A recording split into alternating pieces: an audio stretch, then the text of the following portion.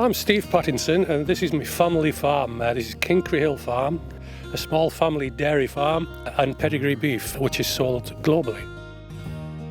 The Forgotten Lands is south of the Scottish border to the west of Northumberland.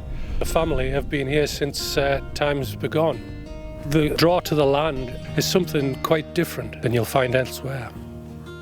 We're farming it in the same way it has been done for many, many hundreds of years, employing traditional methods. There's no great deal of ploughing, a lot of high-level animal husbandry, but on a nature-friendly scale.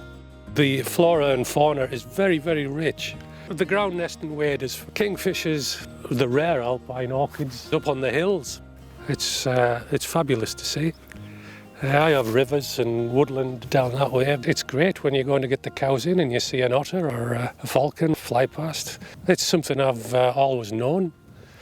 I'm born and bred here, and I would like to see that continue for my next generation. My name is Colin Charnock. I'm a tenant farmer on this large rambling farm, about 600 acres, suckler cows and sheep.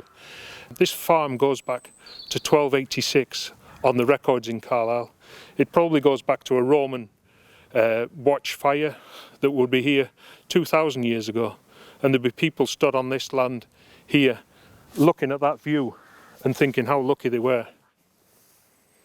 I got involved in the elms test and trial to try and help these communities up here to write down when we see things, and we're going to put that on a map, like a time capsule of what's here and now. This was from a workshop we had about habitat mapping, because the farmers have been gathering data over the summer, mapping the natural capital of the farms. You've got the semi-improved grassland, then you've got the more neutral, slightly more species diverse grassland, and then you've got this lowland meadows, a species rich, species diverse. As you can see, the parish of Bewcastle behind us is almost 50% Sitka spruce these days. When you look round, this is the start of one of the largest man-made forests in Europe. We want to get a picture of what we have before the march of the trees comes through and swallows the whole of the community. So Colin might see two curlews in this field here, and he'll just say the field number, the field name, and either put it on a spreadsheet or on an online data sheet, and it goes to the data centre that a couple of curlews were found in this land parcel here.